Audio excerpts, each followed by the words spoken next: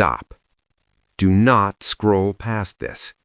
If you are over 60 and you are sleeping on your right side tonight, or if you take your blood pressure medication with your morning coffee, you might be unknowingly setting a timer for a cardiovascular event between 2 a.m. and 6 a.m. I was reading through the comments from our community this morning, comments from people like Lucille Dawson, 86 years old in Florida, and Tony Wajam, 72 years old in Sydney. I see you, I hear you, and I feel a massive responsibility to tell you the truth that a standard 15-minute doctor's visit simply does not have time to cover. Tony mentioned in his comment that he's a right-side sleeper, but is changing to the left.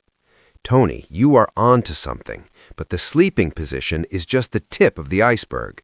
There is a specific window of time, the wolf hour, when the majority of sudden cardiac deaths and strokes occur. It isn't during your afternoon walk. It is when you are most vulnerable, in your sleep. I am Professor Oleksii Kalmykov. I am a doctor of medical sciences, a practitioner with over 30 years of experience, and the founder of the Medical Clusters Network. I call myself a medical troubleshooter. Why? Because traditional medicine treats the symptom. I solve the puzzle. I look at your entire life ecosystem, your biology, your schedule, your position, your chemistry, to find the root cause. Today, we are going to troubleshoot your night. We are going to dismantle 7 deadly habits that spike your stroke risk overnight based on the latest data from the European Heart Journal and the American Heart Association. We are going to talk about the Hygia protocol, the Vena Cava compression, and the sodium lag that hits your heart while you dream. Let's solve this. First, we need to address the title of this video, the sleeping position.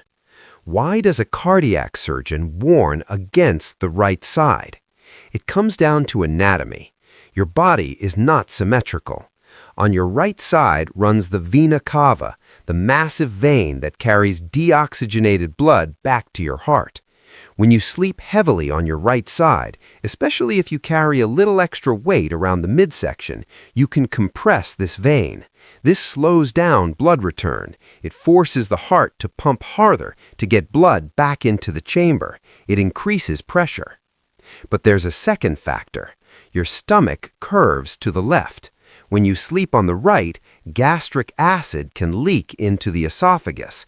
This causes silent reflex, micro-aspirations that irritate the vagus nerve. The vagus nerve controls your heart rate. Irritated enough, and you can trigger an arrhythmia, an irregular heartbeat, right in the middle of deep sleep. So, Tony from Sydney, you are correct. For most seniors, sleeping on the left side is the anatomical neutral. It allows the stomach to hang naturally, preventing reflux, and it keeps the vena cava fully open for maximum blood flow. However, a medical troubleshooter looks deeper. If you wake up with neck pain, or if you use a pillow that is too high, you're kinking the carotid arteries in your neck. It doesn't matter which side you sleep on if you're cutting off the highway to your brain. Keep your neck neutral. Now, let's move to something that statistically saves more lives than sleeping position, the timing of your medication. I saw a comment from Eleanor who said, "I am changing the time that I take my hypertension meds to nighttime." Eleanor, you might have just added years to your life. This is based on the Hygia chronotherapy trial, a massive study published in the European Heart Journal. They followed thousands. They found that those who took at least one blood pressure medication at bedtime, not breakfast, reduced their risk of cardiovascular death by 66%. 66%! There's no pill in the world that gives you that kind of reduction. Only timing does. Why? Because of the morning surge. When you wake up, your body dumps cortisol and adrenaline into your blood to get you out of bed. Your blood pressure naturally spikes. If you take your pill at 8 a.m., it takes time to kick in. You're unprotected during that dangerous 6 a.m. surge. But if you take it at bedtime, the medication is at peak effectiveness right when that morning surge hits. You're shielded. Now, a critical warning, and I saw Frankie mention this in the comments about blood pressure dropping too low. You must consult your doctor. If you are on diuretics, water pills, you do not take those at night, or you will be peeing every hour. But for ACE inhibitors or ARBs, the night dosing is often the gold standard that 90% of doctors forget to tell you. This brings me to the third hidden killer, the sodium lag. I saw a comment from Linda Binder about restaurant soup being a sodium bomb. Linda, you are right on. Here's the physiology. You eat a salty dinner at 7 p.m., you feel fine, you go to sleep at 10 p.m. But sodium takes hours to fully absorb and signal the kidneys to pull water into the blood. That peak blood volume happens around 2 a.m. or 3 a.m. So you're lying flat, your heart is trying to rest. Suddenly your blood volume explodes because of the salt from dinner. Your heart has to pump a thicker, heavier fluid. Your nocturnal blood pressure, which should dip by 10%, instead rises. We call this a non-dipper pattern. Non-dippers have a 3.2 times higher risk of stroke. The fix? It's simple medical troubleshooting. Keep your dinner light, keep it low sodium, save your salt budget for lunch when you're moving around and can sweat it out. Now, before I get to the most controversial point about alcohol and sleep aids, I need to speak to those of you who feel like you're doing everything right but still feel unwell. I read a comment from Shaz4873 in the UK who has emphysema, osteoporosis, and has had a stroke. Or Lair Schultz in Thailand, who's struggling with sodium levels and dehydration. A 15-minute video gives you general rules, but you are a specific, unique biological machine. Your chemistry is different from your neighbors. Traditional doctors treat the average. I treat you. This is why I created remote health guiding. I am not just a face on a screen. I head the Medical Clusters Network with 9 consulting offices and a central clinic. We have an infrastructure. I act as your medical Sherlock Holmes. We look at your blood work, your lifestyle, your genetics, and your environment. We troubleshoot. We find the link between your sleep medication and your heart rate that others missed. If you are tired of being treated like a statistic, check the link in the description. Let's solve your puzzle together. Now, back to the toxic cocktail. Habit number 4.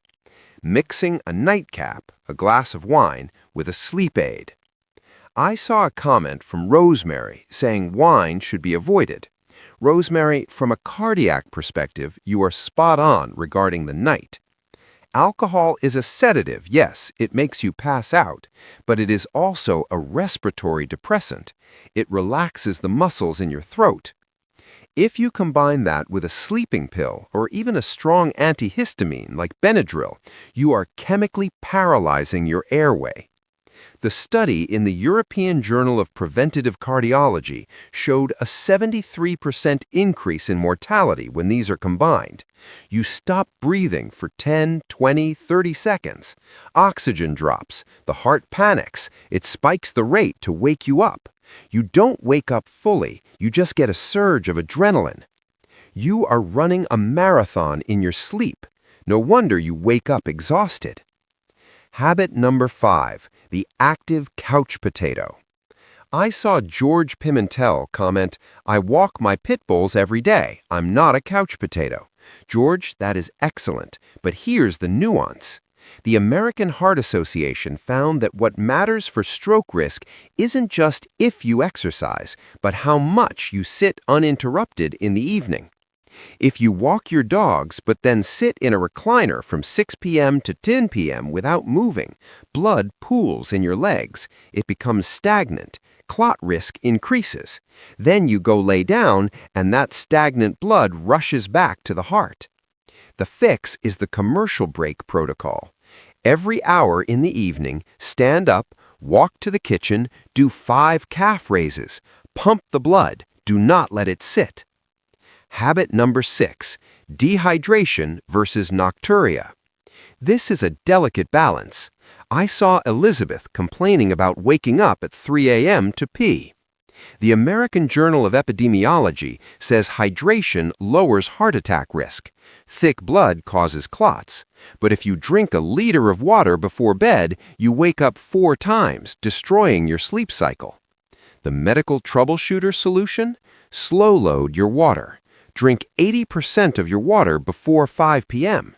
But right before bed, take a sip, not a gulp, just enough to keep the mouth moist.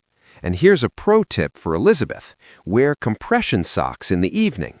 This prevents fluid from pooling in the legs during the day, which means your kidneys don't have to process that fluid all night long. It can reduce nighttime bathroom trips significantly.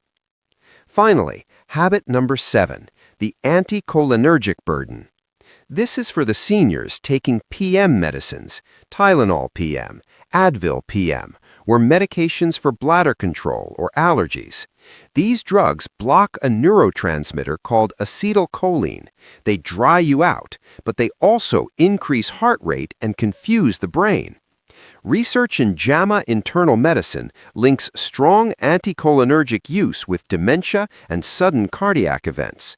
If you are over 65, these drugs are on the Beers list, a list of meds to avoid. Try magnesium glycinate for sleep instead. It relaxes the muscles without paralyzing the system. I want to acknowledge the incredible global community here, from Fatima in Zimbabwe to M. White in Canada, from Edgy in France to Joseph in Fort Lauderdale. You all keep saying health is a human right. You are absolutely correct. But health is also a discipline. It is knowledge applied. To Dr. William Lee TV, who left that insightful comment about nutrients and pillows, thank you.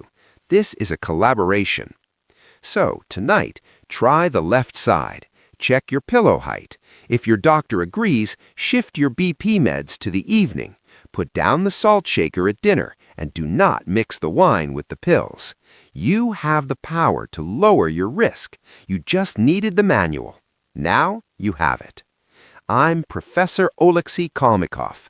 If you want to stop guessing and start knowing, subscribe. If you want a partner in your health journey, click the link for remote health guiding. Sleep well, sleep safe. I'll see you in the next video.